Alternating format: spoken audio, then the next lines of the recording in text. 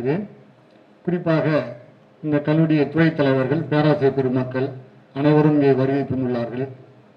நீங்கள் அனைவரும் பயன்பெற வேண்டும் என்பதற்காகத்தான் இது போன்ற ஒரு கூட்டத்தை உங்களுடைய கல்லூரி முதல்வர்கள் கூட்டியிருக்கின்றார்கள். நான் இந்த கல்லூரிகளுக்கெல்லாம் புதியவன் அல்ல. நானும் அரசு கலைக்கல்லூரியில் கல்வி பயின்றவன். அரசு கலைக்கல்லூரியிலே கிட்டத்தட்ட 25 ஆண்டு காலம் பணியாற்றி தற்போதுதான் கடந்த ஆண்டில் கல்லூரி முதல்வராக பொறுப்பேற்றிருக்கின்றேன். பொறுப்பேற்ற சூழலில் நான் உங்களை போன்று சுதந்திரமான பறவைகள் அல்ல. நம்முடைய தலைமைச் செயலாளர் மற்றும் பயிற்சித்துறை தலைவருடைய தலைமையின் கீழ் செயல்பட்டு கொண்டிருக்கக்கூடிய அகில இந்திய குடிமைப்பணி தேர்வு பயிற்சி மையம் UPSCக்கான பிரத்யேகமான பயிற்சிகளை கொடுக்கக்கூடிய ஒரு நிறுவனம் தான் அந்த நிறுவனம். அந்த நிறுவனத்துடைய முதல்வராக கடந்த 2 ஆண்டுகளாக அங்கே பணியாற்றி கொண்டிருக்கின்றேன். அந்த அடிப்படையில் தான் நம்முடைய தலைமைச் செயலாளர் அவர்கள் இது போன்ற ஒரு நிகழ்வு அரசு கலைக்கல்லூரி நடைபெறுகிறது என்று சொன்னவுடன் என்னை அந்த கல்லூரிக்கு செல்ல வேண்டும். செல்லும் பொழுது அவர் அந்த மாணவர்களுக்கெல்லாம் வினாத்தாள்களையும் மற்றும் அவருக்கான சிலபஸ் மற்றும் பாடத்திட்டங்கள்லாம் கொண்டு போய் நேரடியாக கொடுக்க வேண்டும் என்று எனக்கு கட்டளையிட்டார். அடிப்படையில் தான் உங்களுக்காக வினாத்தாட்கள் மற்றும் மாடல் கொஸ்டின் பேப்பர், அதே போன்று டெஸ்ட் சீரீஸ், அந்த மாதிரி பென்ட்ரைவ் அனைத்தையும் உங்களுக்கு கொண்டு வந்திருக்கின்றேன். கூட்டம் அதிகமாக இருப்பதன் விளைவால் உங்களுக்கு கொடுக்க முடியாததன் விளைவால் அதே போன்று அவற்றை லைப்ரரி மற்றும் பேஸ்மெண்ட்ஸில் ஒப்படைக்கப்படும். அவரிடமிருந்து நீங்கள் உங்களுடைய காப்பி செய்து கொள்ளலாம். ஏறத்தாழ 10 ஆண்டு காலம் பிலிம்ஸ் மெயின்ஸ் உடைய கொஸ்டின் பேப்பர்ஸ் மற்றும் அகில இந்திய குடிமைப்பணி தேர்வு பயிற்சி மையத்தில் கடந்த 3 ஆண்டுகளாக வெளியிடப்பட்ட டெஸ்ட் சீரிஸ் உடைய வினாத்தாள், அவருடைய விடைகள் மற்றும் விடை குறிப்புகள் உடைய விளக்கங்கள் ஆகியவற்றை அடங்கிய தொகுப்புகள் அனைத்தும் உங்களுக்கு கொண்டு வந்துள்ளோம். குறிப்பாக அரசு கலைக்கல்லூரிகளில் தான் நாங்கள் எப்போதுமே சென்று இது போன்ற விழிப்புணர்வு முகாமை ஏற்படுத்துவோம். காரணம் என்னவென்றால் அகில இந்திய குடிமைப்பணி தேர்வு பயிற்சி மையம் என்பது குறிப்பாக சமுதாயத்தில் விளிம்பு நிலையில் உள்ளவர்கள், குறிப்பாக தாக்கப்பட்ட, பிற்படுத்தப்பட்ட, மிகவும் பிற்படுத்தப்பட்ட இளைஞர்கள் உயர் பதவிகளாக இருக்கக்கூடிய IAS, IPS போன்ற பதவிகளிலே பங்கேற்க வேண்டும் என்பதற்காக இந்திய அரசினுடைய முயற்சி நிலையில் 1966ஆம் ஆண்டு உருவாக்கப்பட்டதுதான் இந்த IAS கோச்சிங் சென்டர். அதன் பிறகு 1971ஆம் ஆண்டு பிற்படுத்தப்பட்ட மாணவர்களுக்காக உருவாக்கப்பட்டது. இந்த 2 இணைத்து தான் 2000ஆம் ஆண்டிலே அதுக்கு all India civil services coaching centre என்று பெயர் வைத்தார்கள். அதுக்கு முன்னால் அதுக்கு பெயர் நம்முடைய IAS அவர்களுக்கு தெரியும். அதுக்கு முன்னால் பிற்பட்ட மாணவர்களுக்கான அந்த பயிற்சிக்கு பேர் ஸ்பெஷல் ட்ரெயினிங் இன்ஸ்டிடியூட் STI என்று பெயர் வைத்திருந்தார்கள். அதே போன்று SC STக்காக உருவாக்கப்பட்ட நிறுவனத்திற்கு ப்ரீ எக்ஸாமினேஷன் ட்ரைனிங் சென்டர் என்று PTI என்று பெயர் வைத்திருந்தார்கள். அவையெல்லாம் ஒரு கம்யூனிட்டி பெயரில் இருக்கக்கூடாது என்பதற்காகத்தான் 2000ஆம் ஆண்டிலே அதை இணைத்து குறிப்பாக இந்த all India civil services coaching centre, அதான் அகில இந்திய குடிமைப்பணி தேர்வு பயிற்சி மையம். எப்படி உங்கள் கல்லூரி 1965ஆம் ஆண்டு உருவாக்கப்பட்டதோ அதே போன்று எங்களுடைய நிறுவனமும் 1966ஆம் ஆண்டில் உருவாக்கப்பட்ட ஒரு நிறுவனம். அந்த 1966ஆம் ஆண்டு உருவாக்கப்பட்ட நிறுவனத்தின் மூலமாக ஏராளமான தமிழ்நாட்டை சார்ந்த இளைஞர்கள், அதாவது மத்திய அரசாங்கத்துடைய பணிகளிலே உயர் பதவிகளில் IAS, IPS மற்றும் IRS போன்ற உயர் பதவிகளிலே இருந்திருக்கிறார்கள், ஓய்வு பெற்றிருக்கிறார்கள், இருந்து கொண்டிருக்கிறார்கள். அதே போன்று நீங்களும் வர வேண்டும் என்ற நோக்கத்தின் அடிப்படையில் தான் இந்த விழிப்புணர்வு முகாமானது ஏற்படுத்தப்பட்டிருக்கின்றது. அரசு கல்லூரி மாணவர்கள் என்பதன் விளைவாலே அவருக்கு நம்ம அவருக்கு இன்ஃபர்மேஷன் முதலே சேர வேண்டும் என்பதற்காகத்தான் வெள்ளிக்கிழமை எனக்கு இந்த இன்விடேஷன் வந்தது. உடனடியாக நேற்றைய தினத்தில் தமிழோட பிறப்பு மற்றும் அம்பேத்கர் பிறந்த நாளாக இருந்தாலும் இந்த வெளியே இருக்கக்கூடிய பேனரை உருவாக்குவதற்காக நான் சென்னையிலிருந்து இங்கே இருக்கக்கூடிய உங்களுடைய கல்லூரி முன்னாள் மாணவர், எங்களுடைய திருவண்ணாமலை அரசு கல்லூரிய கௌரவ விரிவாளராக இருந்த ஜெயவேல் அவர்கள் தான் இந்த பேனரை ஏற்படுத்தி கொடுத்திருக்கின்றார். அவருக்கு உங்கள் சார்பாக நன்றியை தெரிவித்துக் கொள்கிறேன். ஆனால் காசு எங்களுடைய நிறுவனத்துக்கு தான் ஃப்ரீ கிடையாது, எங்களுடைய இன்ஸ்டியூட்டில் தான் அந்த காசு கொடுத்துருக்குறோம். குறிப்பாக அந்த பேனரை நீங்கள் ஃபோட்டோ எடுத்து வச்சுட்டாவே முடிஞ்சிடும். அதாவது உங்களுக்கு 50% தகவல்கள் கிடைத்திடும். அதில் என்னென்னா முதலாவது நீங்கள் பார்க்கும்போது அதில் சிவில் சர்வீசஸ் கோச்சிங் சென்டருடைய வெப்சைட் இருக்குது. அந்த வெப்சைட் உள்ள போனீங்கன்னாவே எப்பொழுது உங்களுக்கு வந்து ஆரம்பிப்பாங்க, அதில் உள்ள கொஸ்டின் பேப்பர் மற்றும் பிளான் அதே மாதிரி எல்லாமே அது உள்ளே இருக்குது. அதே மாதிரி பக்கத்தில் போய் பார்த்தீங்கன்னா ஏஐசிசி டின்னு ஒரு இருக்கும், யூடியூப் சேனலில் போய் நீ சப்ஸ்கிரைப் பண்ணினாக்கா உங்களுக்கு 1500 வீடியோக்கள் அதில் வந்து பதிவிடு செய்யப்பட்டுள்ளது. அதே பக்கத்தில் பார்க்கணும் நோக்கம்னு ஒரு ஆப் நீங்கள் சப்ஸ்கிரைப் பண்ணினாக்கா அதில் உங்களுக்கு வந்து டிஎன்பிஎஸ்சி குரூப் 2 அது மாதிரி காவல் சீருடை பணியாளர் சீருடை காவலருக்கான அந்த டாக்குமெண்ட்ஸ் அது மாதிரி வந்து ஸ்டாஃப் செலக்ஷன் எல்லாமே அதில் இருக்குது. அதை பற்றி உங்களுக்கு விரிவாக படத்துடன் காண்பிப்பதற்காக எங்களுடைய அண்ணா நிர்வாக பணியாளர் கல்லூரியினுடைய இயக்குனர் அவர்கள் வந்துள்ளார்கள். அவர்கள் உங்களுக்கு வந்து எடுத்து சொல்வார்கள். குறிப்பாக இதெல்லாம் நீங்கள் பயன்படுத்திக் கொள்ள வேண்டும். அந்த வாட்ஸ்அப்பில் வந்து அந்த பேனர் இருக்கக்கூடிய ஃபோன் நம்பர்லாம் வச்சுக்கணும். இப்போ மதியான நேரத்தில் நீங்கள் ஃபோன் பண்ணி அடுத்து எப்போ பேட்ச் ஆரம்பிக்க போகிறோம் நீங்கள் கேட்கணும். அப்போ நீங்கள் ஆர்வமாக இருக்கிறீங்கன்னு அர்த்தம். குறிப்பாக நாங்கள் உங்களெல்லாம் மாணவர் என்று சொல்கிறோம். எங்கிட்ட படிக்கிறவங்களாம் நாங்கள் மாணவர் என்று சொல்வதில்லை, ஆர்வலர்கள் என்று சொல்கின்றோம். குறிப்பாக அந்த ஏன் வந்து இந்த விழிப்புணர்வு முகாமை இங்கே ஏற்படுத்திருக்கேன்னாக்கா இந்த கல்லூரியினுடைய சார்பாக இந்த தமிழ்நாடு அரசினுடைய சார்பாக நடைபெற்றுக் கொண்டிருக்கக்கூடிய அந்த நிகழ்வில் வந்து பார்த்தீங்கன்னாக்கா 225 மாணவர்கள் தங்கி பயிலக்கூடிய வசதி வாய்ப்பு மிக்க ஒரு கட்டிடத்தை அரசாங்கம் உருவாக்கி இருக்கின்றது. நம்ம வந்து கவர்மெண்ட் ஹாஸ்டல்களால் நீங்கள் வந்து அதை குறைத்து மதிப்பிடாதீர்கள். முழுவதுமாக ஏர் கண்டிஷன் செய்யப்பட்டுள்ளது. ஃபுல்லாக வந்து வைஃபை ஃபெசிலிட்டிஸ் வந்து கட்டிடம் முழுவதும் இருக்கின்றது. இரவு 12 மணி வரையில் உங்களுக்கு நூலகம் திறந்து வைத்திருக்கவும் போன்று வந்து உங்களுக்கு வந்து கணினி நூலகம் மூலமாக நீங்கள் என்சிஆர்டி புத்தகங்கள் மற்றவர்களெல்லாம் நீங்கள் தெரிந்து கொள்ளலாம். அதே போன்று 6 மாதங்கள் பயிற்சி கொடுக்கப்படுது. இப்போ இந்த all India civil services coaching சென்டருடைய 3 ப்ரோக்ராம் பற்றி உங்களுக்கு சொல்ல போகிறேன். ஃபர்ஸ்ட் ப்ரோக்ராம்ன்றது வந்துனாக்கா வந்து நீங்கள் கல்லூரியில் வந்து ஃபர்ஸ்ட் இயர் சேர்ற மாதிரி எங்கிட்ட ஃபர்ஸ்ட் இயர் வரவங்க ப்ரிலிமினரி எக்ஸாமினேஷன் முதுநிலை தேர்வு அது ஒவ்வொரு ஆண்டும் வந்து பிப்ரவரி மாதம் வந்து மத்திய அரசாங்கத்தால் வெளியிடப்படும். ஆனால் நாங்கள் என்ன பண்ணுறோம்னாக்கா அதுக்கு முந்தைய ஆண்டிலேயே அக்டோபர் மாதத்திலேயே பத்திரிகைகளிலும் மற்றும் அதே போன்று விளம்பரங்களிலும் நாங்கள் செய்தி வெளியிடுவோம். அதை நீங்கள் தெரிந்து கொள்ள வேண்டும். அப்படிலாம் நம்முடைய வெப்சைட்டை நீங்கள் ஓப்பன் பண்ணி பார்த்தா அடுத்த நிகழ்வு என்ன என்பது உங்களுக்கு தெரிந்து கொண்டே இருக்கும். அப்போ அந்த வெப்சைட்டை ஓப்பன் பண்ணி பார்த்தீங்கன்னாக்கா அதில் வந்து வரும்.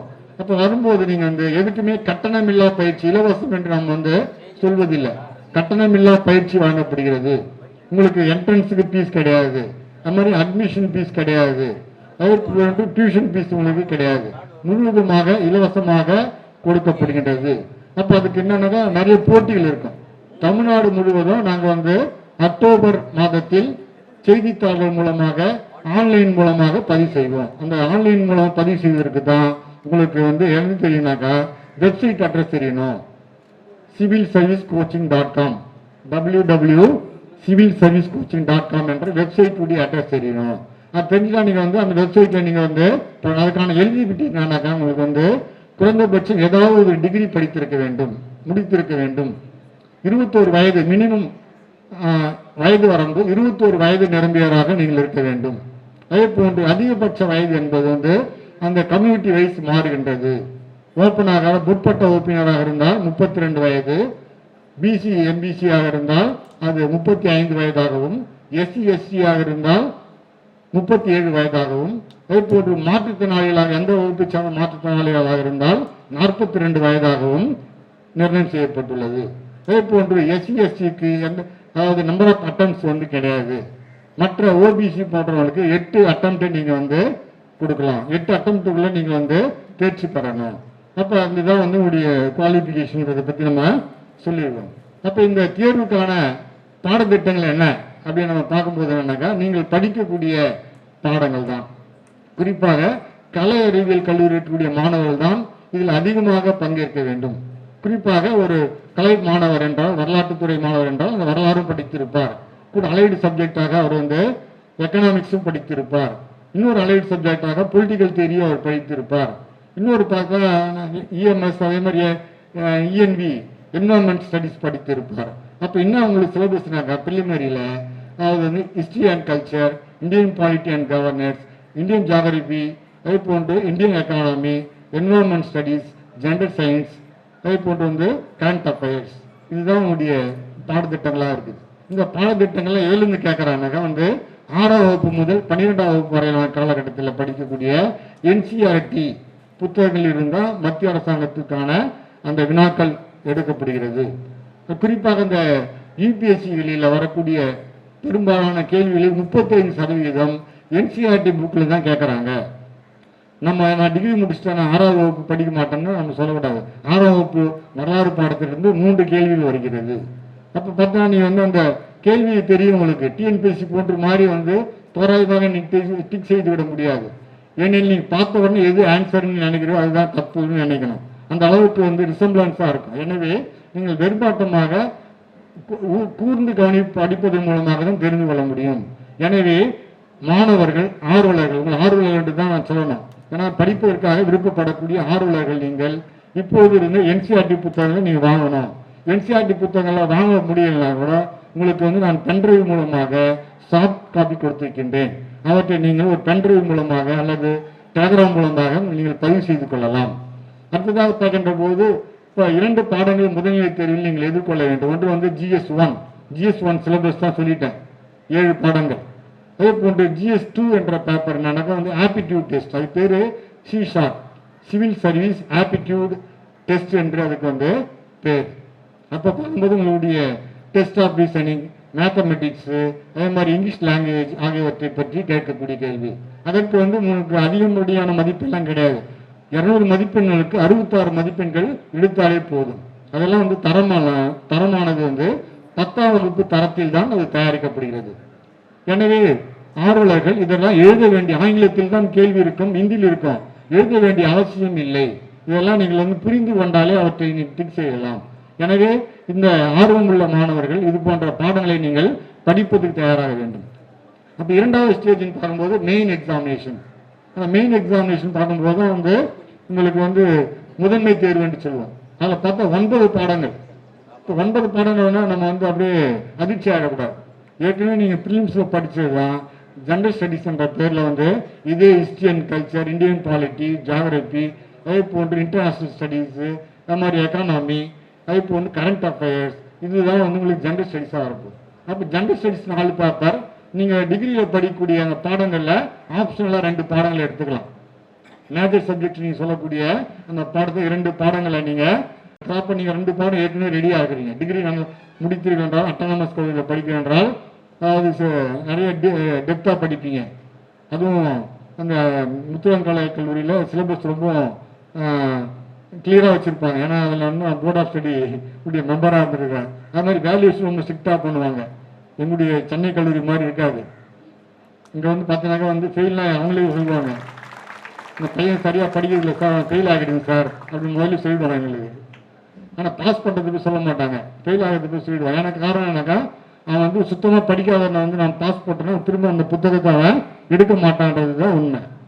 அந்த அளவில் அட்டானமஸ் கல்லூரியாக இருந்தாலும் இது ஒரு சிறப்பான கல்லூரியாக இந்த சுற்றுப்பகுதியில் ஒரு சிறந்த ஒரு கல்லூரியாக செயல்பட்டு வருகிறது என்பது நமக்கு தெரியும். மிகப்பெரிய கல்லூரிக்கெல்லாம் கூட அட்டானமஸ் கிடைக்கல. இந்த சுற்று வட்டாரத்தில் அட்டானமஸ் கிடைக்கப்பட்ட ஒரே அரசு கலைக்கல்லூரி என்றால் முத்துவரன் கலைக்கல்லூரி தான். ஆனால் மற்ற கல்லூரிலாம் இருக்குது, அட்டானமஸ் எடுக்கிறதுக்கு பயப்படுறாங்க, வேலை அதிகம் என்பதற்கான ஆசிரியர்கள் பயப்படுகிறார்கள், அஞ்சுகிறார்கள். ஆனால் அஞ்சாம் கொண்ட ஆசிரியர் பெருமக்களை நீங்கள் பாராட்டி ஆக வேண்டும். அதாவது ஆப்ஷன் சப்ஜெக்டை பற்றி கவலை தேவையில்லை. அதே போன்று 2 பாடங்கள் லாங்குவேஜ், தமிழ் மற்றும் ஆங்கில பாடங்கள் தான். அதுவும் உங்களுக்கு எஸ்எஸ்எல்சி ஸ்டாண்டர்டில் எதாவது போகுது. இந்த மாதிரி எஸ்ஏன்னு ஒரு பேப்பர் இருக்குது, அது நியூஸ் பேப்பரில் தான் கேட்பேன். இது மாதிரி 9 பாடங்கள்.